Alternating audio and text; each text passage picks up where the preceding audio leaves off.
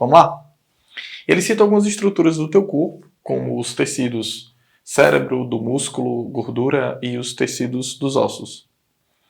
E fala sobre a densidade de cada estrutura dessa e a velocidade com que o som se propaga em cada estrutura, em cada tecido.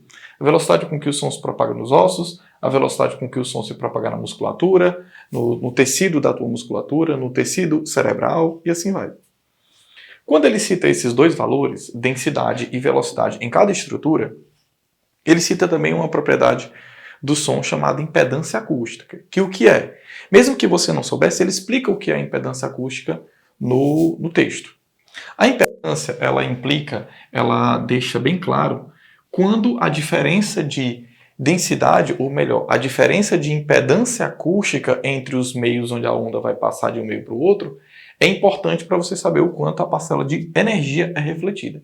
Como é, Eduardo? Ele informa no texto que, dependendo da impedância acústica, quanto maior essa diferença de impedância acústica dos dois meios em que o som vai atravessar, repetindo, quanto maior for a diferença de impedância acústica, não é quanto maior a impedância, é quanto maior a diferença de impedância acústica dos meios, maior é a parcela de energia refletida.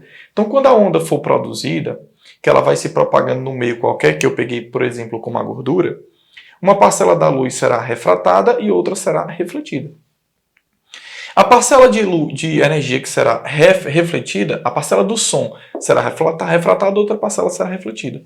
A parcela que será refletida depende da diferença de impedância acústica dos meios.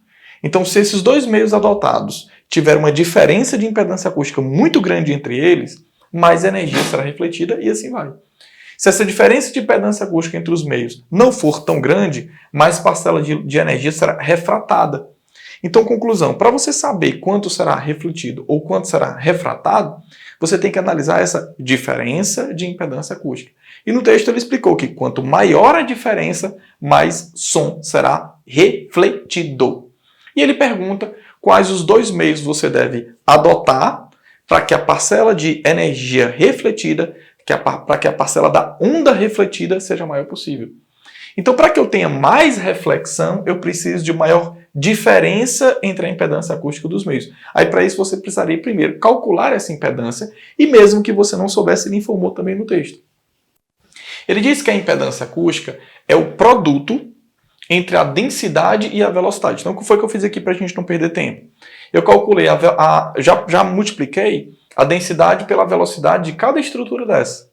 Quando eu calculei, encontrei aqui 1.500.000 aproximadamente para a estrutura do cérebro.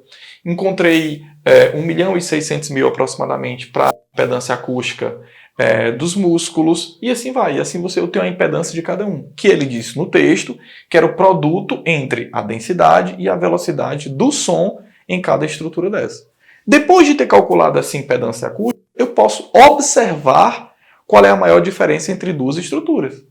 Por exemplo, entre o gabarito da questão, né, que é o gabarito da questão, a estrutura óssea e a estrutura de gordura. Quando eu adoto esses dois tecidos, se eu subtrair a impedância dos ossos pela impedância da gordura, quando eu subtraio uma da outra, eu encontro um maior valor.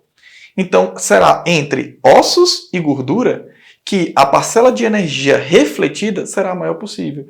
E será justamente quando vai passar da gordura para os ossos. Porque quando esse som vai passar da gordura para os ossos, a diferença de impedância acústica de um meio para outra é muito grande. O que vai fazer com que a parcela de energia refletida seja a maior possível. E veja que você não precisava saber disso. Os dois assuntos, vamos dizer assim, os dois itens mais importantes que você precisava saber para resolver essa questão foram informados no texto. O que é impedância acústica? Você não precisava saber. Ele disse que era o produto entre a densidade e a velocidade. 2. Para marcar o item correto, ele informa que ele quer maior reflexão.